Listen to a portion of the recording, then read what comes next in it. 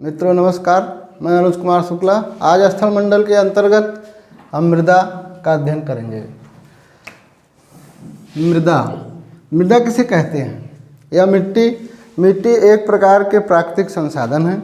मिट्टी क्या है? एक प्रकार के प्राकृतिक संसाधन है जो प्रकृति द्वारा हमें उपहार में प्राप्त हुए हैं। यदि इसको परिभाषित करना है तो यानी कि अपक्षय और अपरदन की क्रिया के उपरांत खनिज और कार्बनिक पदार्थों का सतह के ऊपर फैला हुआ भाग ही मिट्टी या मृदा कहलाता है। जैसे चर्चा हम लोग किए, अपक्षय और अपरदन एक शब्द आया, एक आया अपक्षय और दूसरा आया अपरदन। तो जब हम अपक्षय और अपरदन थोड़ा सा जानेंगे तो मिट्टी को अच्छे से समझ सकते हैं। अपक्षय क्या है? किसी चट्टान का अपने स्थान पर टूटना क्या कहलाता है? अपक्षय कहलाता है। यदि कोई चट्टान है वो अपने स्थान पर टूटकर बिखर जाती है तो वह क्रिया क्या कहलाती है? अपक्षय।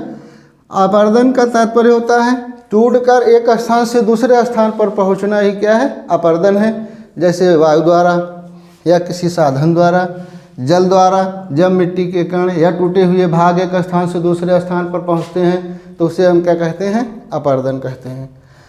अपक्षय 3 प्रकार के होते हैं। सबसे पहले इसमें हमको अपक्षय पढ़ना होता है और इसमें भौतिक अपक्षय एक होता है, भौतिक अपक्षय, दूसरा होता है रासायनिक अपक्षय और तीसरा होता है जैविक अपक्षय।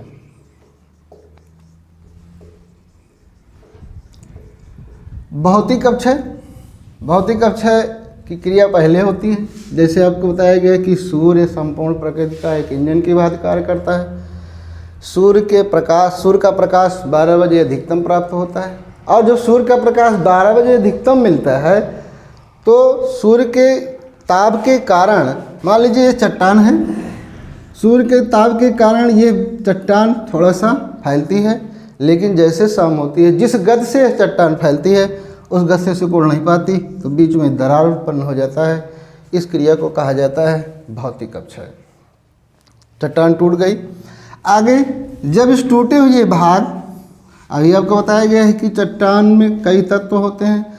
टूटे हुए भाग से जब कभी जल संपर्क करता है, वायु संपर्क करती है तो धीरे धीरे और चौड़ा होता जाता है। रासायनिक तत्वों से जल क्रिया करता है और इस भाग के और टुकड़े हो जाते हैं। इस क्रिया को कहते हैं रासायनिक अपक्षय। फिर आता है जैविक अपक्षय, यानी जीव जंतुओं और वनस्पतियों द्वारा। कभी आप देखे होंगे कि यदि किसी चट्टान पर कोई वृक्ष यदि उग जाता है तो उसकी जड़ों के कारण बीच में क्या होता है? गैप हो जाता है और उसी स्थान से चट्टानें क्या होती हैं? टूट जाती हैं। मकानों पे कभी आप देखे होंगे अगर कोई पेड़ आता है तो मकान में दरार उत्पन्न हो जाता है। इस क्रिया को क्या कहते हैं? जैविक अपक्षय। यानी जीव जंतुओं, कुछ छोटे छोटे जीव होते हैं जो छोटे छोटे टुकड़ों में विभक्त कर देते हैं। जीव जंतुओं के पैर से भी कुछ छोटे छोटे कण में के रूप में आ जाते हैं। इस क्रिया को हम कहते हैं जैविक अपक्षय। तो अब अपरदन, इसी टूटे हुए भाग का जब एक स्थान से दूसरे स्थान पर जल द्वारा, नदी के जल द्वारा, वायु द्वारा जब ये भाग पहुँचता है तो इस क्रिया को हम क्या कहते हैं? अपरदन कहते हैं। और इस क्रिया के उपरांत या इन दोनों क्रिया का एक बार प्रश्न ही आ गया है कि अपक्षय और अपरदन की क्रिया को सम्मिलित रूप से पुनरुत्छादन कहा जाता है। पुनरुत्छादन किसे कहते हैं? अपक्षय और अपरदन की सम्मिलित क्रिया को ही क्या कहते हैं? पुनरुत्छादन कहते हैं। अब जब चट्टान टूटी, कल आपको चट्टान बताया गया, चट्टान के छोटे छोटे टुकड़े हुए तो मिट्टी का निर्माण हुआ और किसी न किसी स्थान पर ये फैली तो उससे क्या निर्मित हुआ? मैदान। मैदान भी कई प्रकार के होते हैं, लेकिन एक आध बार जैसे प्रश्न आया है कि एक होता है लोयस मैदान, एक होता है संप्राय मैदान, एक होता है क्रस्ट मैदान, एक होता है जलोढ़ मैदान,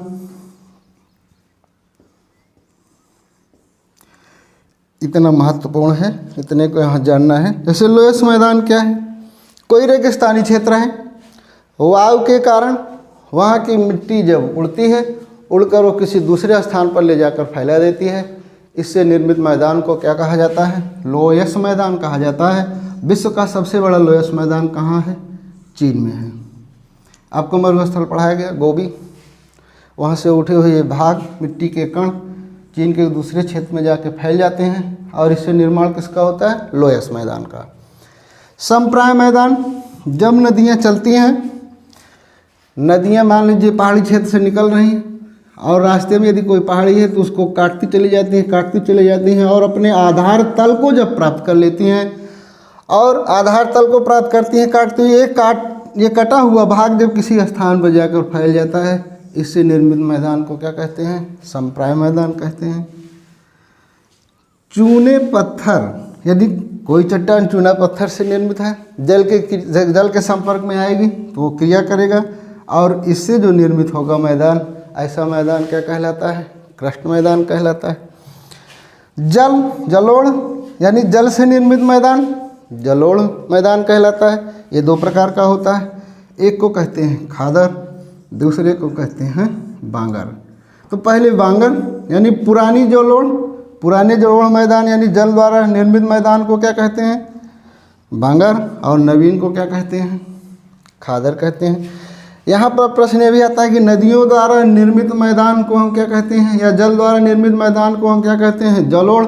और वायु द्वारा निर्मित, सामान्य क्षेत्रों में वायु द्वारा यदि कोई मैदान निर्मित हो रहा है उसे क्या कहते हैं? वातोड़।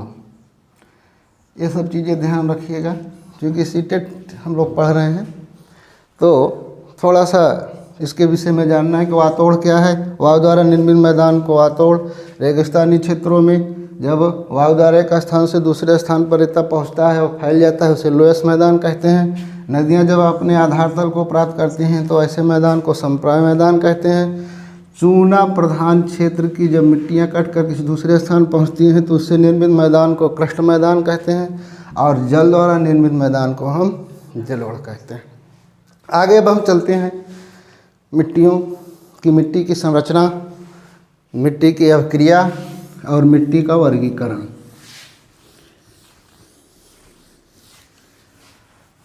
मिट्टी की संरचना,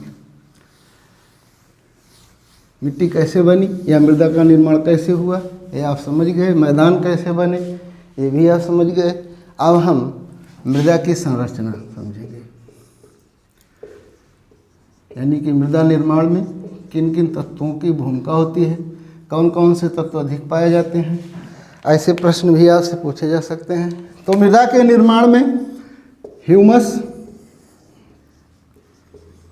ह्यूमस का योगदान होता है 5 से 10%। खनिज पदार्थ का योगदान होता है 40 से 45%। 40 से 45%। फिर कुछ जीव जंतु हैं जो मृदा के निर्माण में मुख्य रूप से भूमिका निभाते हैं, जैसे जीवाणु कवक हैं। कुछ अन्य केचुआ भी है, केचुआ भी मृदा की शक्ति को बढ़ाता है। आगे हम चलते हैं मृदा जल और मृदा वायु,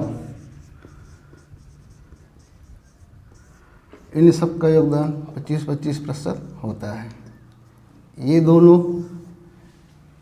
पूछे जा चुके हैं, ये पूछा नहीं गया है अभी तक, तो इसको ध्यान रखिएगा कि ह्यूमस। अब यहाँ एक शब्द है ह्यूमस। ह्यूमस क्या है? ह्यूमस एक प्रकार का कार्बनिक पदार्थ है जो हल्के भूरे रंग का होता है और ये कलली यानी छोटे छोटे कणों के रूप में होता है, तो इसे कहा जाता है ये कलली होता है। ह्यूमस क्या है? एक प्रकार का कार्बनिक पदार्थ है जो हल्के भूरे रंग का होता है, ये कलली होता है। और जिस मृदा में ह्यूमस पाया जाता है वो मृदा उपजाऊ होती है। ह्यूमस आता कहाँ है?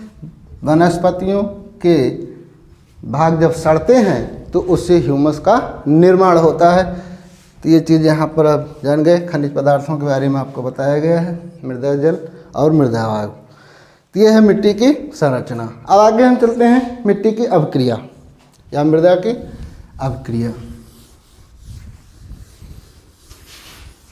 जैसे कभी अगर आ जाए, बहुत गहराई में नहीं चलना चाह रहे हैं क्योंकि सीटेड हम पढ़ रहे हैं, कभी कभी मृदा परिच्छेदिका आ जाए। मृदा परिच्छेदिका क्या है? परिच्छेदिका तो कभी आप देखे होंगे कि जब हम किसी भाग को ऐसे लंबवत काटते हैं तो आप किनारे किनारे पर देखे होंगे, अस्तर देखे होंगे। तो इसको ए बी सी डी आदि भागों में बांटा गया। तो यहाँ से हमारे यहाँ जो मृदा है वो या कौन सा भाग उपजाऊ है? ए भाग ही उपजाऊ है। वृक्षों की वनस्पतियाँ कहाँ तक पहुँचती हैं, किस संस्तर या किस परिच्छेदिका तक? परिच्छेदिका ए तक। ये चीज़ ध्यान रखिएगा, परिच्छेदिका ए तक का ही भाग उपजाऊ है, वनस्पतियों की जड़ें यहाँ पहुँचती हैं, ये चीज़ ध्यान रखिएगा। इसके आगे हम चलते हैं मृदा की अभिक्रिया।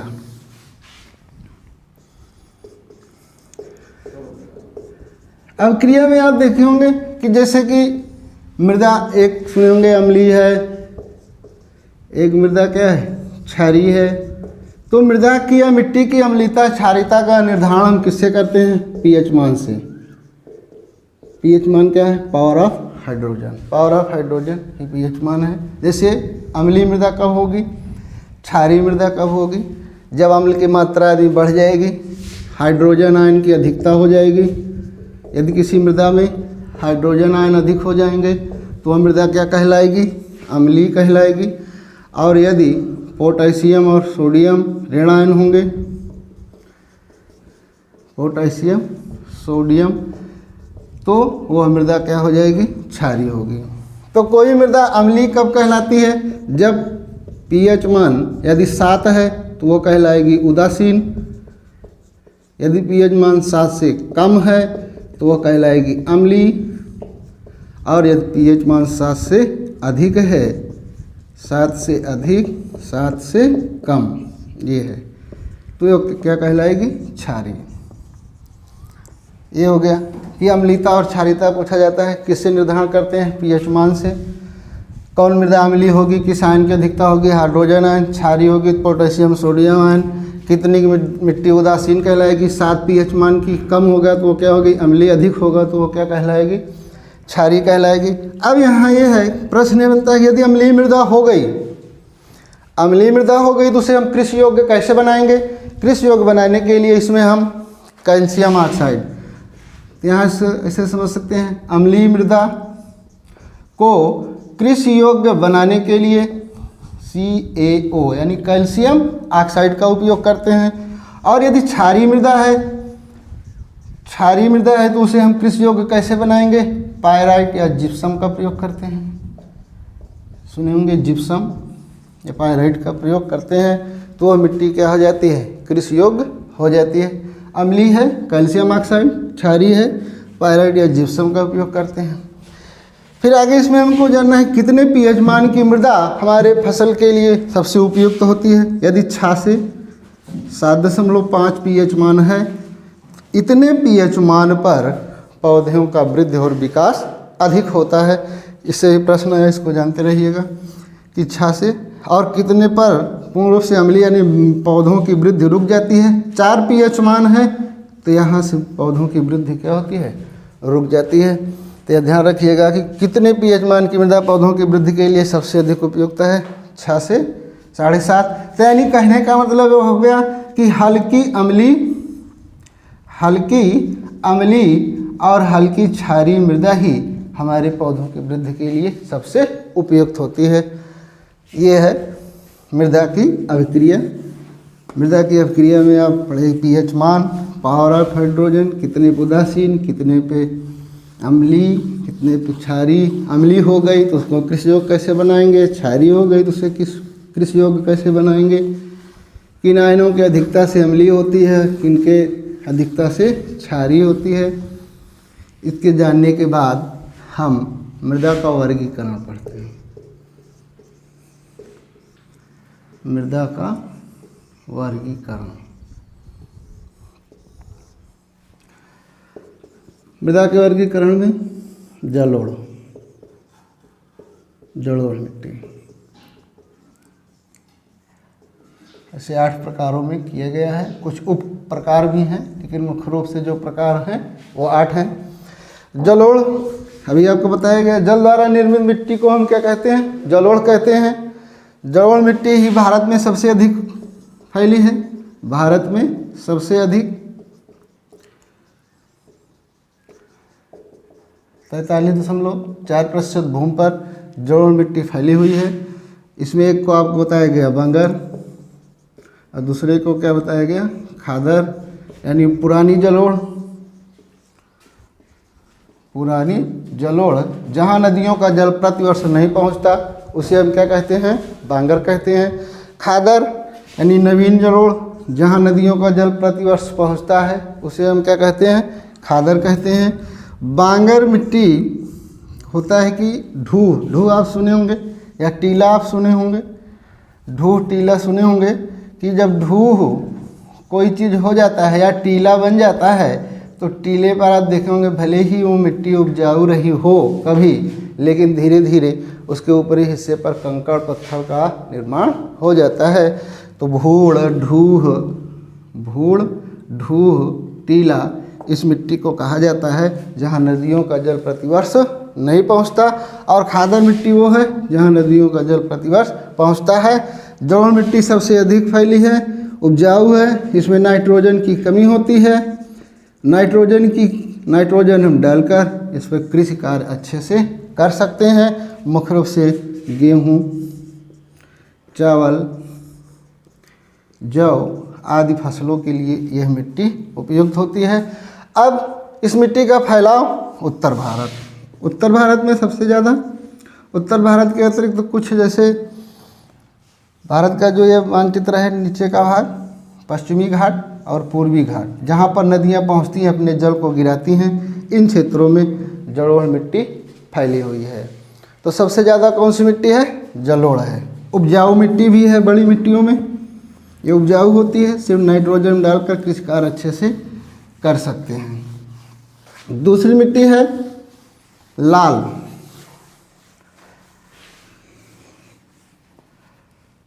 लाल मिट्टी 18.6% भाग पर फैली हुई है। इस मिट्टी का विस्तार सबसे ज़्यादा तमिलनाडु राज्य में इस मिट्टी का विस्तार अधिक है।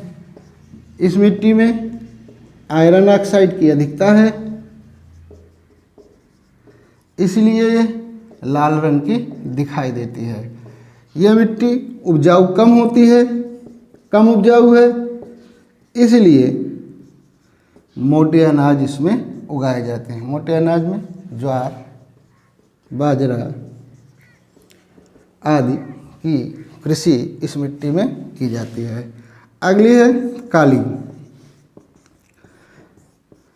तीसरे स्थान पर काली मिट्टी 15.2% भाग पर लगभग ये फैली हुई है।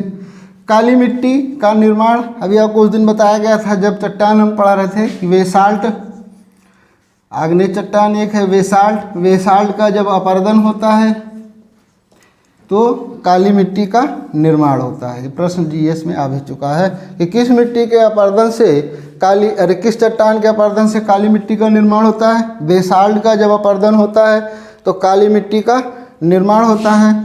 काली मिट्टी सबसे ज़्यादा महाराष्ट्र में है। काली मिट्टी सबसे ज़्यादा महाराष्ट्र, गुजरात, पश्चिमी मध्य प्रदेश मुख्य रूप से इन राज्यों में ज़्यादा फैली है। इसके अतिरिक्त भी कुछ अन्य राज्यों में यह मिट्टी फैली हुई है, लेकिन सबसे ज़्यादा कहाँ? महाराष्ट्र में सब कपास, गुजरात में मूंगफली, मध्य प्रदेश में सोयाबीन। यानी कि आप समझ गए होंगे कि काली मिट्टी में सबसे ज़्यादा कपास, इसलिए काली मिट्टी को कपास की मिट्टी के नाम से भी जानते हैं। काली मिट्टी को कपास की मिट्टी, क्योंकि कपास के लिए यह मिट्टी क्या होती है? सबसे उपयुक्त होती है, इसलिए काली मिट्टी को हम कपास की मिट्टी के नाम से भी, काली मिट्टी को हम रेगुर भी कहते हैं। काली मिट्टी को रेगुर भी कहते हैं। काली मिट्टी कुछ क्षेत्रों उत्तर प्रदेश में भी पाई जाती है, इसे करेल कहते हैं। काली मिट्टी को उष्णकटिबंधीय क्षेत्रों में, अंतर्राष्ट्रीय स्तर पर उष्णकटिबंधीय क्षेत्रों में चरनोजम भी कहते हैं। तो इसके नाम से भी कई बार प्रश्न आ चुके हैं। रेगूर मिट्टी कौन सी है? काली है। कपास की मिट्टी के नाम से कौन जानी जाती है? काली है। उत्तर प्रदेश में इसे क्या कहते हैं? करेल कहते हैं। अंतर्राष्ट्रीय स्तर पर उष्णकटिबंधीय क्षेत्रों में इसे हम क्या कहते हैं? चरनोजम कहते हैं। यह मिट्टी उपजाऊ होती है, ह्यूमस इसमें पाया जाता है और साथ ही साथ इस मिट्टी में जल धारण की क्षमता अधिक होती है। जल धारण की क्षमता अधिक, यानी कि जल को काफ़ी समय तक अपने ऊपर बनाए रखती है इस मिट्टी में, इसलिए कहा गया क्योंकि इस मिट्टी में चिकनी, जो उप मिट्टी एक है चिकनी मिट्टी के कण ज़्यादा पाए जाते हैं और चिकनी मिट्टी के कण सबसे बारीक होते हैं, इसलिए इसमें जल धारण की क्षमता क्या होती है? अधिक होती है। इसका एक गुण होता है कि जब ये सूखती है तो इसमें दरारें पड़ जाती हैं और ऐसा लगता है कि स्वयं जोता गया है इसको, इसलिए प्रकृति रूप से जुती हुई मिट्टी के नाम से भी हम काली मिट्टी को जानते हैं। अब आगे हम चलते हैं लैटेराइट मिट्टी। लैटेराइट में भी आयरन ऑक्साइड होता है, लेकिन इसका एक गुण होता है कि जब ये जल के संपर्क में आती है तो हल्के पीले रंग की दिखाई देती है और मुलायम हो जाती है, और जब सूखती है तो सबसे ज़्यादा कठोर हो जाती है और यह हल्का अम्लीय होती है।